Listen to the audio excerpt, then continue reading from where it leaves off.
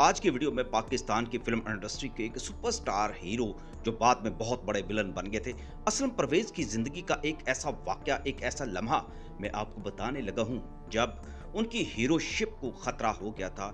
लोगों ने उन्हें हीरो के तौर पर फिल्मों में कबूल करना बंद कर दिया था और फिर उन्हें सहारा देने के लिए इंडिया के टॉप स्टार गुलकारों की खिदमात हासिल की गई और उनसे एक ऐसी फिल्म के अंदर गाने गवाए गए जो असलम परवेज पर फिर फिल्माए गए थे कि किसी तरह असलम परवेज को हीरो के तौर पर ही कायमो दायम रखा जा सके और लोग उनको कबूल कर लें। ये गाने जो थे अपने दौर के मशहूर तरीन गाने बन जाएंगे।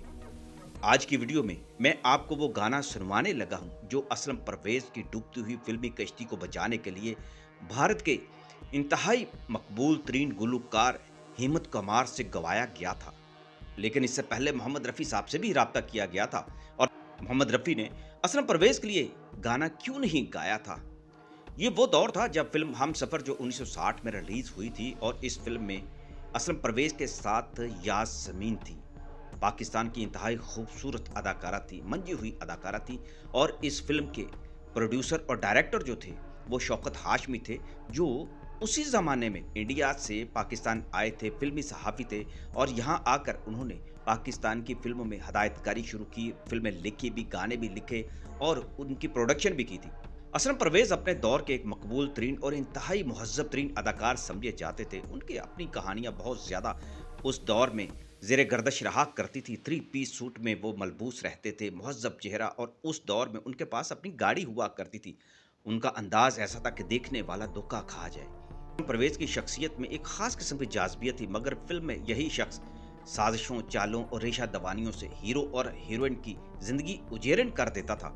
लेकिन कम लोग जानते हैं कि असलम परवेज़ सिर्फ विलन नहीं थे, बल्कि एक वक्त में पाकिस्तान के कामयाब तरीन हीरोज़ में शुमार होते थे। उन्होंने संतोष कुमार, सुधीर, दर्पण, यूसुफ कम और हबीब और इजाज जैसे बड़े बड़े नामों के दरमियान अपनी एक जगह अलग से बना रखी थी।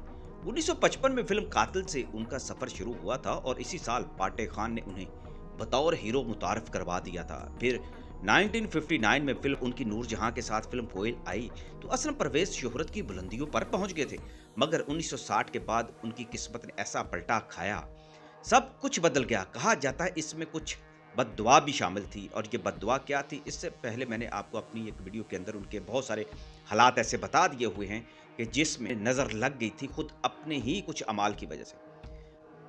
असलम परवेज ने फिल्म सहेली में, जो अपने दौर की एक बड़ी यादगार फिल्म थी, उसमें विलन का किरदार अदा किया और फिर वही किरदार उनकी पहचान बन गया था। 1961 में उनकी एक भी फिल्म कामयाब ना हो सकी थी बतौर हीरो, और फिल्म बिन उन्हें बतौर हीरो देखकर उकता गए थे। ये पहले पाकिस्तानी हीरो थे जो बड़े पॉपुलर थे और रोमांटिक फिल्मों में उनका नाम लिया जाता था, कामयाबी की ज़मानत समझा जाता था। लेकिन फिर चंद ही सालों के बाद उनके जो फैन हुआ करते थे, जो तमाशाई थे, वो उन्हें देखकर उकताने लगे थे, क्योंकि उनकी फिल्में पैर दर पे नाकाम होने लगी थी।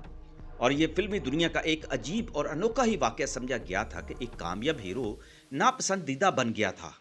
अपने इस करियर को बचाने के लिए असलम परवेज ने एक बहुत बड़ी कोशिश की थी और उसी दौर में शौकत हाशमी पाकिस्तान चले आए थे हिजरत करके। तो हाशमी के साथ उनकी बातचीत चली तो शौकत हाशमी ने कहा कि मैं आपके लिए एक फिल्म बनाता हूं और इसका नाम रखा गया हम सफ़र।